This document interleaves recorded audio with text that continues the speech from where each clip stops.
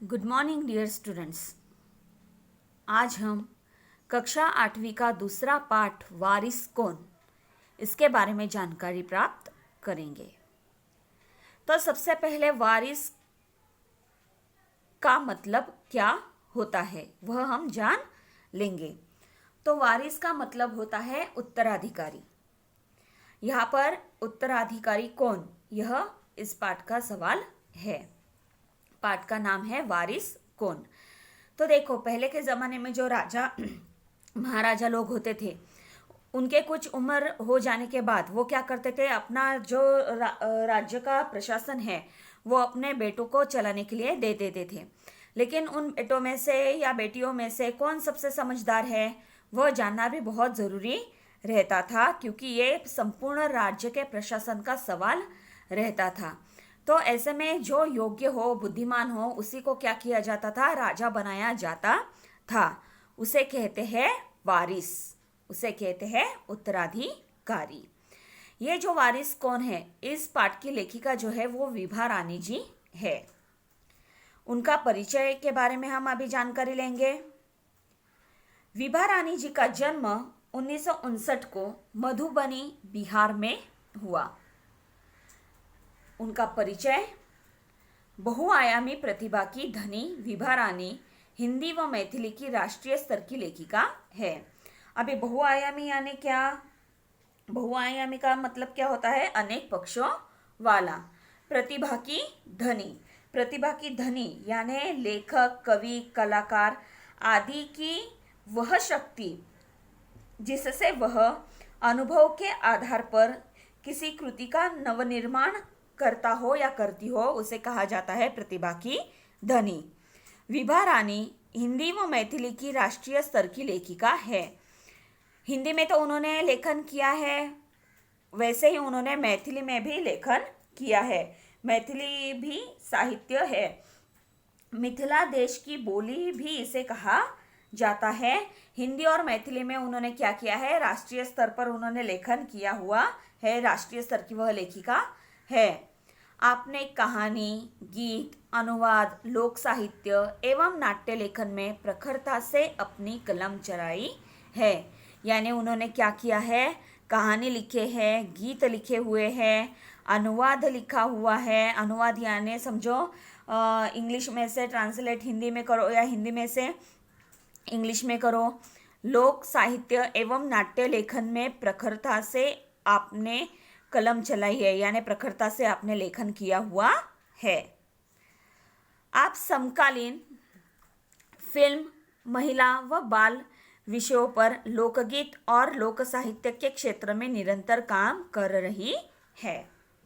हमने अभी यहाँ पर विभा रानी जी का जीवन परिचय क्या है उसके बारे में हमने यहाँ पर जानकारी प्राप्त कर ली है। अभी उनकी जो लिखी हुई प्रमुख कृतियाँ है उसके बारे में हम जानकारी प्राप्त करेंगे।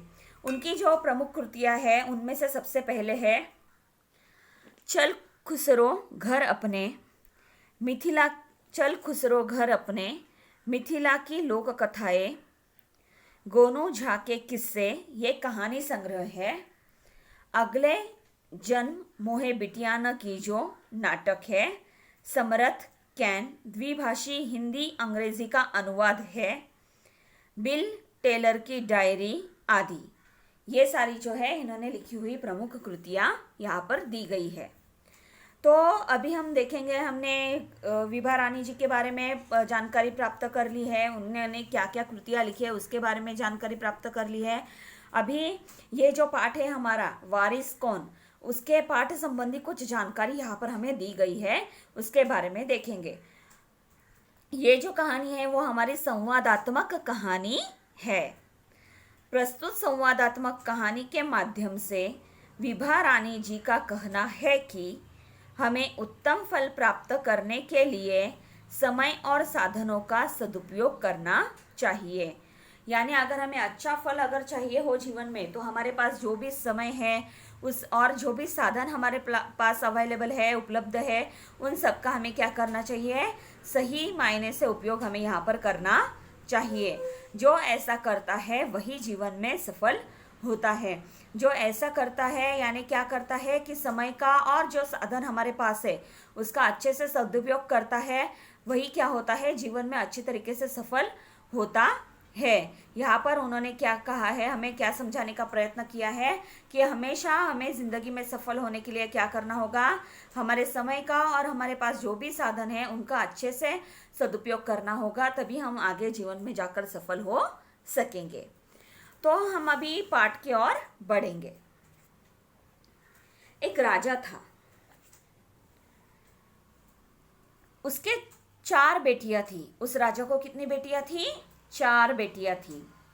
राजा ने सोचा कि इन चारों में से जो सबसे बुद्धिमती होगी उसे ही अपना राजपाट सौंपेगा।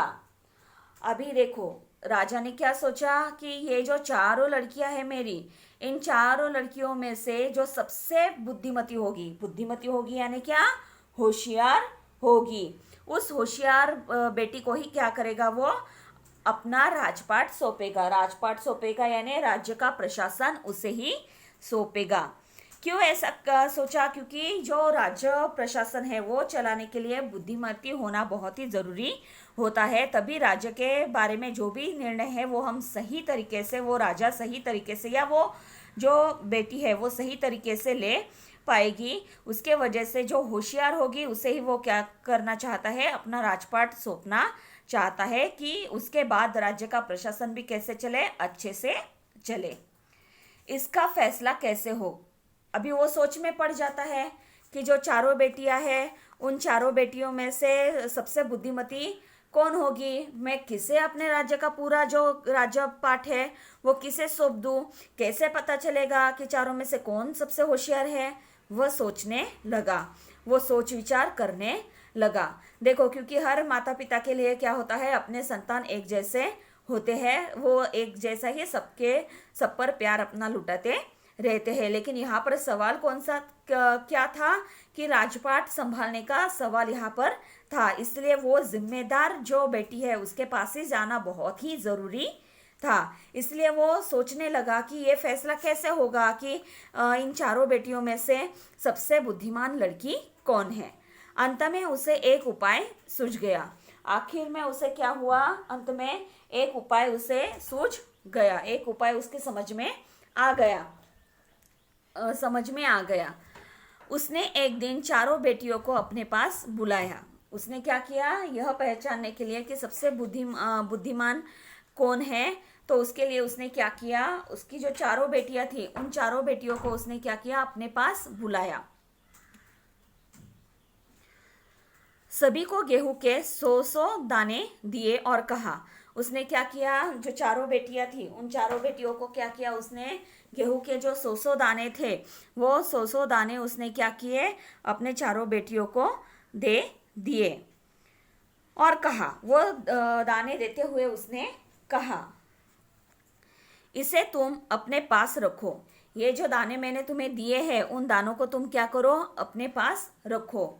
5 साल बाद मैं जब इन्हें मांगूंगा तब तुम मुझे वापस कर देना।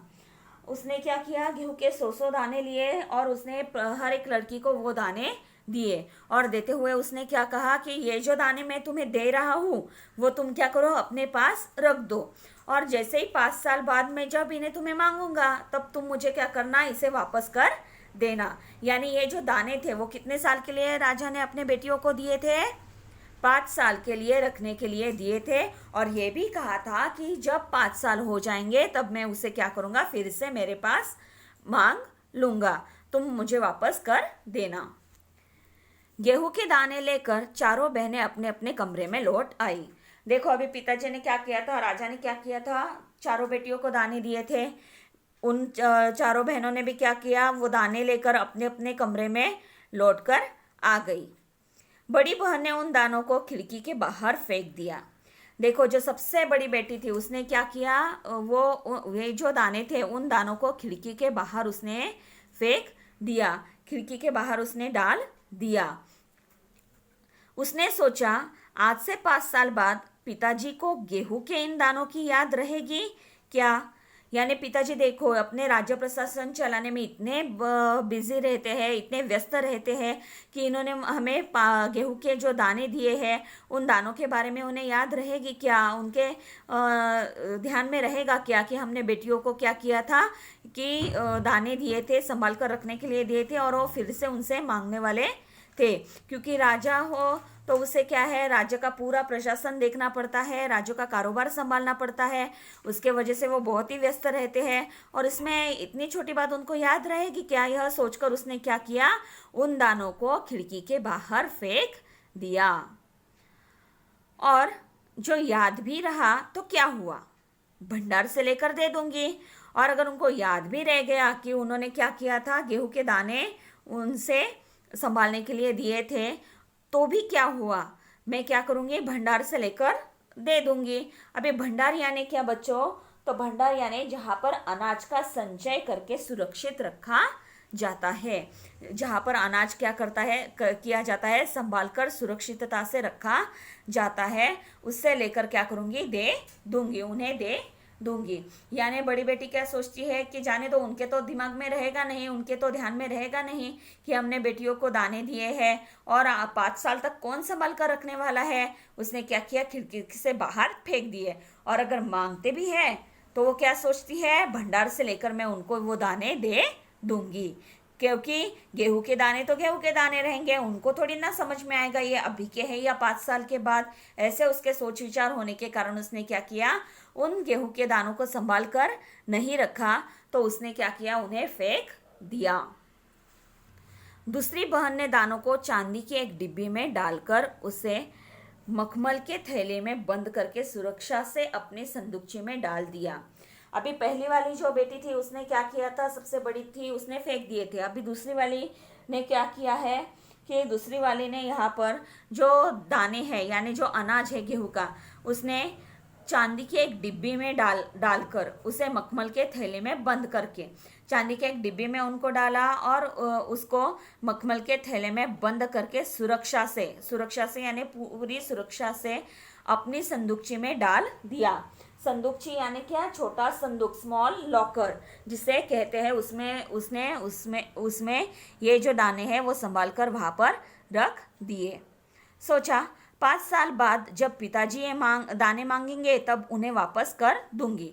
अभी इसे भी समझ में आया कि पिताजी ने अगर हमें दाने रखने के लिए कहा है तो कोई ना कोई उसके पीछे मकसद ये होगा ही, इसके लिए उन्होंने कहा होगा। इसलिए वो भी क्या करती है, ठीक है मांगते हैं तो वो क्या करेगी, ये जो संदूकची है उस संदूकची में से ये जो दाने हैं वो दाने क्या करेगी, निकाल कर उन्हें तब फिर से वापस कर देगी। संभाल कर रखने के लिए दे तो उसने क्या किया था, बहुत ही संभाल कर रखे थे। चांदी की डिब्बी ली, उस डिब्बी में वो दाने डाले, मखमल के थैले में उन्हें बंद करके सुरक्षा से संदूकची में डाल दिया। यानी उसने भी क्या किया, सुरक्षा से वो दाने रख दिए और सोचा कि पिताजी जब भी 5 साल बाद मांग देंगे उसमें से निकाल कर मैं क्या करूंगी, फिर से वापस उन्हें कर दूंगी। यहाँ पर हमने देखा पहली लड़की ने क्या किया, पहली बहन ने क्या किया, दूसरे बहन ने क्या किया, यह हमने यहाँ पर देखा। अभी हम देखेंगे कि तीसरी बहन ने क्या किया। तीसरी बहन बस सोचती रही कि इसका क्या करूं। अभी तीसरी बहन जो थी वो सिर्फ ये इस विषय पर सोचती रही कि ये जो दाने पिताजी ने दिए हैं इन दानों का वो क्या करेगी। सोच विचार में ही वो रह गई। चौथी और छोटी बहन तनिक बच्ची थी। जो चौथी और सबसे छोटी जो थी वो तनिक बच्ची थी यानी छोटी थी। शरारतें करना उसे बहुत ही पसंद था। शरारतें मस्ती वगैरह करते रहना उसे बहुत ही पसंद था। उसे गेहूं के भुने दाने भी बहुत पसंद थे। गेहूं के भुने दाने खाना उसे बहुत ही पसंद थे। उसने दानों को भुनवा कर खा डाला। उसने क्या किया, पिताजी ने जो 100 दाने दिए थे संभाल कर रखने के लिए, उसने उन दानों को भुनवा डाला और भुनवा कर उसे खा डाला और खेल में मग्न हो गई। और क्या हो गई, खेल में मग्न हो गई यानी खेल में व्यस्त हो गई। पहली वाली ने क्या किया, खिड़की के बाहर फेंका। दूसरी वाली ने क्या किया, संदूकची में डाल दिया। तीसरी जो थी बहन वो सोच विचार कर रही थी। चौथी जो थी वो सबसे छोटी बच्ची थी। उसने क्या किया कि उसे गेहूं के भुने हुए दाने पसंद हैं, तो उसने उन दानों को भुनवा कर खा डाला और खेल में फिर से मग्न हो गई। तीसरी राजकुमारी को इस बात का यकीन था कि पिताजी ने उन्हें यूं ही ये दाने नहीं दिए होंगे। तीसरी वाली जो थी उसे इस बात का यकीन था, इस बात का विश्वास था कि पिताजी ने ये दाने जो है उन्हें ऐसे ही नहीं दिए होंगे। कुछ ना कुछ इसके पीछे रीज़न रहा होगा, कुछ ना कुछ इसके पीछे बात रही होगी, तभी उन्होंने क्या किया है, संभाल कर रखने के लिए ये दाने जो है वो दिए हैं। जरूर इसके पीछे कोई मकसद होगा, जरूर इसके पीछे कोई ना कोई उनका उद्देश्य होगा, जिसके वजह से उन्होंने क्या किया है, ये दाने संभाल कर रखने के लिए दिए हैं। पहले तो उसने भी अपनी दूसरी बहन की तरह ही उन्हें सहेज कर रख देने की सोची। पहले उसने भी क्या किया, अपनी दूसरी बहन की तरह उन्हें सहेज कर यानी संभाल कर रख देने के बारे में उसने सोच विचार किया कि वो भी क्या करेगी, क्योंकि पिताजी ने ये दाने दिए हैं तो उसके पीछे कुछ ना कुछ उद्देश्य तो ज़रूर होगा। तो वो जैसे उसकी दूसरी बहन ने किया कि उसे संभाल कर रख देगी, वैसे ये भी सोच विचार करती रही कि मैं भी उन्हें क्या करूँ, संभाल कर रख देती हूँ। लेकिन वह ऐसा न कर सकी, लेकिन उसने ऐसा नहीं किया। 2-3 दिनों तक वह सोचती रही। उसने फटाक से निर्णय लिया क्या, जल्दी में निर्णय लिया क्या कि इन दानों का वो क्या करेगी, नहीं, तो इसके पीछे कोई ना कोई मकसद है, ज़रूर इसके पीछे कोई ना कोई उद्देश्य है, यूँ तो उन्होंने ऐसे दाने नहीं दिए होंगे। इसलिए वो क्या करती रही, 2-3 दिनों तक इसके ऊपर बहुत ही सोच विचार करती रही। फिर उसने अपने कमरे की खिड़की के पीछे वाली ज़मीन में वो दाने बो दिए। आखिर में उसने क्या निर्णय लिया, तीसरी वाली ने, कि जो उसके कमरे की खिड़की के पीछे वाली ज़मीन जो थी, उस ज़मीन में वो दाने उसने क्या किए, बो दिए। समय पर अंकुर फूटे, पौधे तैयार हुए, दाने निकले। यानी जो दाने राजा ने उसे संभाल कर रखने के लिए दिए थे, जो दाने पिताजी ने उसे संभाल कर रखने के लिए दिए थे, उन दानों को उसने क्या किया था, जमीन में बो दिया था। उसके अंकुर फूटे, पौधे तैयार हुए, उनमें से दाने निकले। राजकुमारी ने तैयार फसल में से दाने निकाले और फिर से बो दिए। यहाँ पर वो रुकी नहीं, कि जैसे उसने दाने पहली बार बोए, उससे दाने जो निकले, वहाँ पर वो रुकी नहीं, तो उससे भी जो तैयार फसल हुई, उनमें से जो दाने निकले, उन दानों को उसने फिर से क्या किया, बो दिया। इस तरह 5 वर्षों में उसके पास ढेर सारा गेहूं तैयार हो गया। तीसरी वाली के पास क्या हुआ था, इस तरीके से बहुत सारा गेहूं उसके पास तैयार हो गया था, क्योंकि उसने क्या किया था, जो दाने दिए थे उसे बोया था, उनमें से जो दाने आते थे उनको भी वो बोती थी, फिर से उसमें से फसल तैयार होकर दाने आती थी, फिर से उन्हें बोकर फिर से नया गेहूं उसके पास आता था। ऐसा कर करके 5 वर्षों में उसके पास बहुत सारे गेहूं तैयार हो गए थे। यहाँ पर देखो, सबसे अच्छा विचार किसने किया था, तीसरी लड़की ने यहाँ पर किया था। चारों राजकुमारियों ने किस प्रकार, चारों बहनों ने किस प्रकार दानों के दिए हुए दानों का इस्तेमाल किया, कैसे रखा, उसके बारे में हमने देखा। यहाँ पर तीसरी राजकुमारी जो थी, उसने अच्छे से सोच विचार पूर्वक निर्णय लिया था कि उसने जो खाली जमीन थी खिड़की के बाहर, उस जगह पर उसने गेहूं के दाने बोए, और उससे भी जो दाने आए उससे भी उसने क्या किया, जमीन में फिर से बो दिए, और इस तरीके से 5 साल बाद उसके पास ढेर सारे गेहूं तैयार हो गए। 5 साल बाद राजा ने फिर चारों बहनों को बुलाया। अभी क्या हुआ, बाकी को क्या लगता था शायद पिताजी भूल जाएंगे, लेकिन राजा के ये अच्छे से दिमाग में था, राजा के ये अच्छे से ध्यान में था, क्योंकि उसे अपने राज्य का उत्तराधिकारी चुनना था। तो 5 साल बाद जब राजा ने फिर चारों बहनों को बुलाया और कहा, आज से 5 साल पहले मैंने तुम चारों को गेहूं के 100 दाने दिए थे और कहा था कि 5 साल बाद मुझे वापस करना। कहा है वे दाने। राजा ने अभी उनसे पूछा कि 5 साल पहले मैंने क्या किया था, तुम चारों को गेहूं के 100 दाने दिए थे और ये भी कहा था कि 5 साल बाद मुझे क्या करना, वो दाने जो है वो वापस करना। कहाँ है वो दाने, यानी अभी राजा क्या कर रहा है, उन चारों लड़कियों से, उन चारों बहनों से वो जो दाने हैं उन्हें फिर से वापस मांग रहा है, पूछ रहा है कहाँ है वो दाने। क्यों मांग रहा है? क्योंकि उसे उन दानों से क्या करनी है, अपनी जो चारों बेटियां हैं उनकी परीक्षा लेनी है, और उन परीक्षा से उसके राज्य का सच्चा उत्तराधिकारी कौन सी लड़की है वो उसे चुनना था। इसलिए 5 साल बाद वो क्या कहता है उन्हें, कहाँ है वो दाने। तो बच्चों हमने यहाँ तक देखा कि जो चारों लड़कियां थी, उन चारों लड़कियों ने उन दानों का क्या क्या और कैसे कैसे किया। अभी मैं आपको जितना पाठ पढ़ाया गया है उतने पाठ के आधार पर कुछ कृति दे रही हूँ। ये कृति सॉल्व करने के लिए आपको स्टार्टिंग से एक राजा था यहाँ से लेकर आपको कहाँ है वे दाने, यहाँ तक कहाँ है वे दाने, यहाँ तक आपको क्या करना है, यह पैराग्राफ पूरा आपको रीड करना है, अच्छे से मन लगाकर पढ़ना है। और इस पैराग्राफ के आधार पर अभी आपको कृति किस प्रकार होगी, ऐसे मैं कुछ सवाल आपको यहाँ पर देने वाली हूँ। मैं उम्मीद करती हूँ कि आपने क्या किया होगा कि पहली जो मातृभूमि है, मातृभूमि कविता है, उसके प्रस्तावना, शब्दार्थ, भावार्थ और जो क्वेश्चन आंसर है वो नई नोटबुक मिलने के बाद उसमें लिख ले होंगे। उसके ही आगे हमें ये सेकेंड लेसन कंटिन्यू करना है। इसके शब्दार्थ और मैं आपको बाद में दूंगी, लेकिन आपको समझ में आए कृति किस प्रकार होती है वो देने के लिए मैं आपको यहाँ पर कुछ प्रश्न दे रही हूँ, वो आप आपके नोटबुक में कॉपी कर लेना। सेकेंड लेसन वारिस कौन, विभा रानी। कहाँ से कहाँ तक पैराग्राफ पढ़ना है मैंने आपको यहाँ पर बतला दिया है। तो सबसे पहला प्रश्न है हमारा, निम्नलिखित गद्यांश पढ़कर दी गई सूचनाओं के अनुसार कृतियां कीजिए। समझकर लिखिए। 100 दाने, इसने दिए, इसे दिए। अभी इसने दिए, किसने दिए हैं वो यहाँ पर लिखना है, और इसे दिए यानी किनको दिए हैं वो यहाँ पर आपको लिखना है। यह जो कृति है वो आपको यहाँ पर सॉल्व करनी है।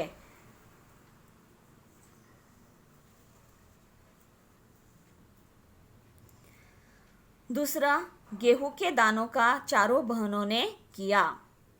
अभी ये जो गेहूं के दाने दिए थे, उन गेहूं के दानों का चारों बहनों ने क्या क्या किया वो आपको यहाँ पर लिखना है। देखो बॉक्स यहाँ पर छोटा है, लेकिन आंसर अगर बड़ा हो तो आंसर लिखकर आपको क्या करना है, यहाँ पर बॉक्स बनवाना है।